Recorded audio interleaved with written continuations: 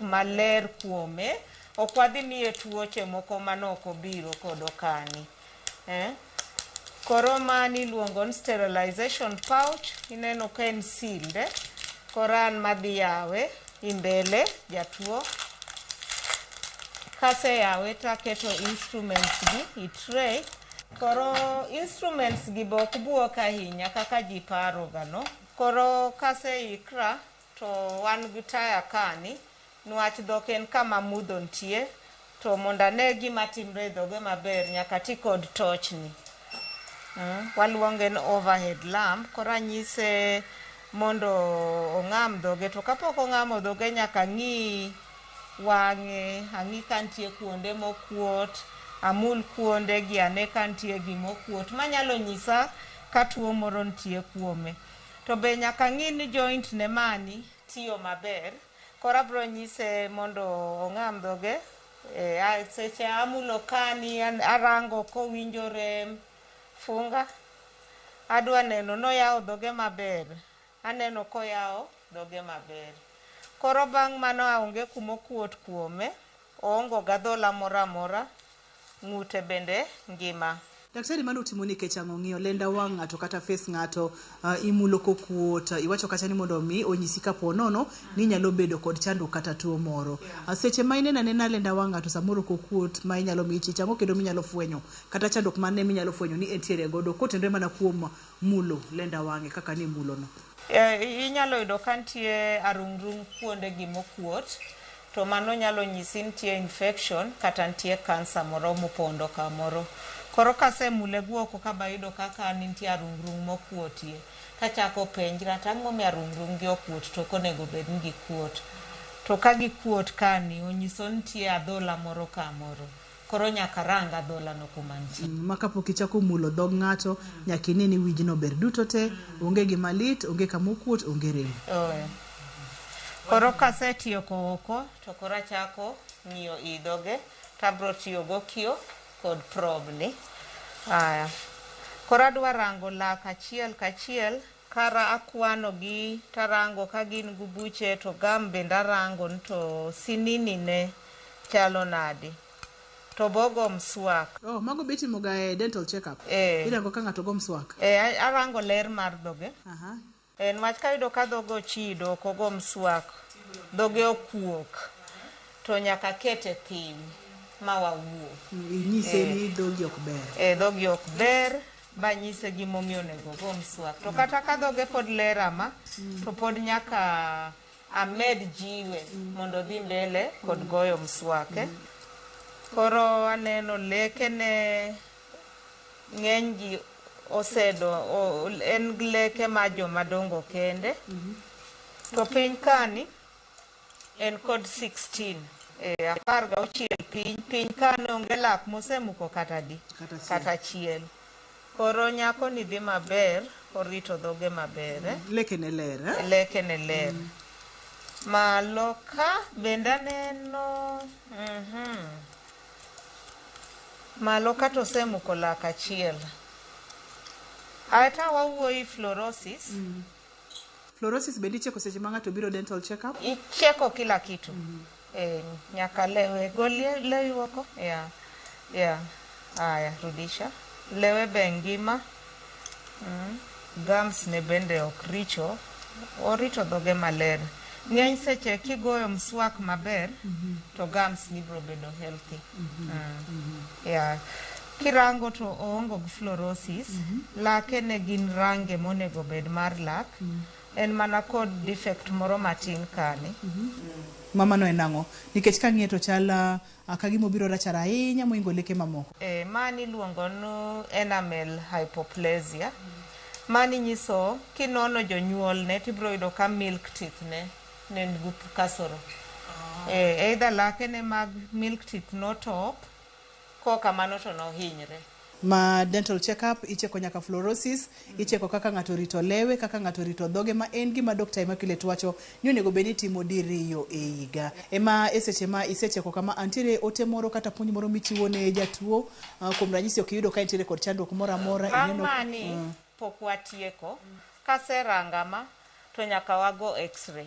Nikech ang'o tineno ka lekene beyo daktari? Nwach nitie kuonde moko ma ok anyal neno, kind lekene ok ane. Aneno lekene lakini kind lekene ok ane. Koro kagoyo picha to dhi nyisa kind lekene. Dhi nyisa ka nitie buche mosechako bet kanyo. Nwach ng'eny ji ok ti kod kamba ma floss cha iluoko kind lekegi. Koro kanye ma cavities chakre gae i kind leke. Koro nyaka igo x-ray ekibro ng'eyo ni kind lekegi bende ler onge tuo. To ka x-ray watieko check-up koso po nitiere gimoro matimore kanyo? Ka nitie lak monego chieth tibro nyisi ma nie chieth monego watim to ma gimomiyo onego watime. To ka onge chieth monego watim, abro bet kode piny kendo ba nyise onego icham chiemo mage. To onego igo mswak nadi. To onego igo mswak ndaladi i odiechieng'. Koro ka puonje gigo te, tanyise koro kodhi maber, tanyise ni dhi maber, adwa ni chiem maber, kik icham chiemogi, dhano nyaka par ni gi saduto. Kokiparo ngi to wigi wil gidok kuma gi ae. Koro nyaka ibed ni paro ngi saduto. Onego igo mswak nadi, onego igo mswak ndaladi, onego icham chiemo mage, ang'o moko onego icham. Kar chiemo ka daktari awinjo kikete maino mang'eny mokalo, chiemo michamo, pi mimodho, pi mitedo godo, chiemo monego bed ni ng'ato chamo, onego bed ni gin chiemo mage mondo mi obed kod leke mabeyo, mana kaka ineno mag nyadendi ni beyo kendo lero ritogi maber, oonge kod fluorosis, oonge kod decay kata cavities, oonge kod chandruok mang'eny mar lak. Chiemo makare mondo mi lekene omed bedo mabeyo gin kaka mage, ahinya ne joma dongo nyaka nyithindo mapod tindo. Onego iweri gi chiemo minyiewo e supermarket mang'eny gi, onego iweri gik inyiewo e supermarket ti iher gik minyiewo e chiro. Koro ka ringo ka mkate inyiewo rabuon kod nduma gi nyoyo gi njugu. Onego icham sukari matin. Kokamano kaber tiwe skari.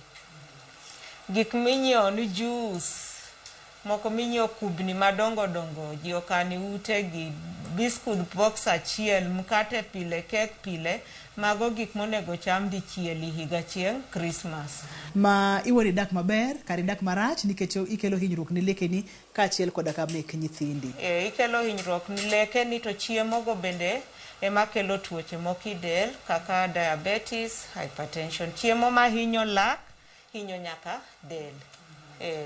Ok gihiny lak kende. Chenro en penj laktar, wantiere kod Dr. Immaculate Advanced Care Dental Center kendo pimonwa chandruok mar fluorosis, ere kaka obiro, ere kaka inyalo fwenye. No chako pimonwa kata ni kaka ithiedho fluorosis kata kaka inyalo geng'e en kidienje mopogore opogore. Kuom ranyisi nowacho ni wantiere kod veneer, iluonge kamano, kaachiel kod crown. To wacho kata ni kaka ithiedho leke mambele opogore kod leke machien. Kane pok wadhi e yweyo nonego bed ni wadonjo kanyo to wadonjo e weche mag check up. Kata kamano mosekethore onge kata achiel. Wadog e fluorosis e seche ma koro inyalo thieth kidienje mag leke machien kopogore kod leke mambele. Wachiedho leke mambele warango nang'o miyo wachiedho leke mambele. Wachiedho leke mambele nwach wadwaro mondo ji onen maber. Ng'ato dwaro nonen majaber, ma kobuonjo to ji neno nobuonjo maber to bo winjo maber kuom buonjone. Emomiyo wachiedho leke mambele. To kwachiedho leke machien, ang'o momiyo wachiedho leke machien? Wachiedho leke machien nwach wadwaro mondo ichiem maber. Ok wadwa ni gikethre, ok wadwa ni winj rem. Koro kawuoyo kuom nyithindo,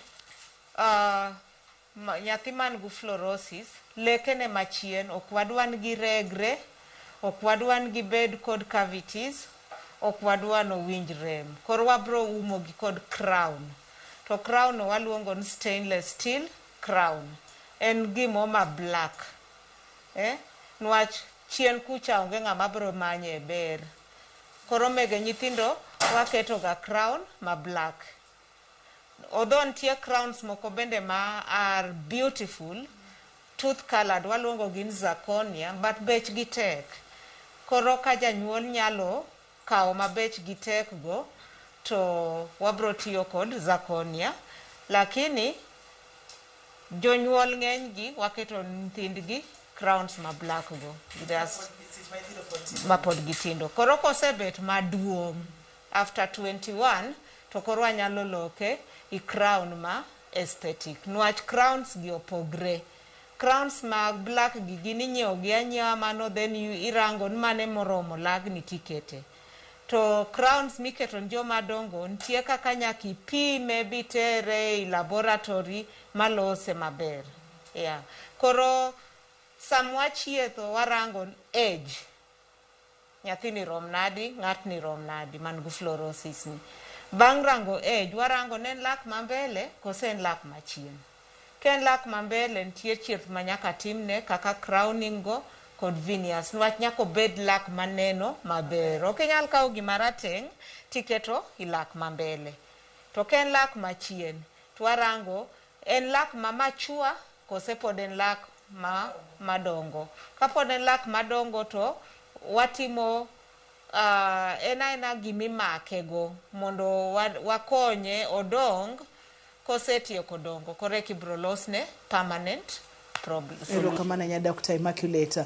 Kane pok wachako chenro ne wago kodi mbaka ta ni leronwa kacha ni nitiere thieth mabende inyalo tim nyadala moko inyalo ichake ka laktar kae to bang'e koro jatuo kata jagono matiere kod fluorosis nyalo dhi nyime kod thiedhno nyaka e dala. Ma en mane wanyalo mule mana matin nono kuom nus dakika. O mani luongo ni bleaching. Koro waluonge nitie in office bleaching ma daktari timo nika, to nitie at home bleaching. Mama gote gin mag fluorosis. Yeah, mag fluorosis. Yeah. Koro bleaching ni iloso ni tray, aito i tray ni nitie waluongo bleaching agent. It is a material. Koro bleaching agent ni olose in different concentrations. Koro daktari ni ema bro determine concentration modwa tiyogo kuomi. Koro ikete i tray kati nindo kode. To bleaching ben kod side effects onego time in a gentle way.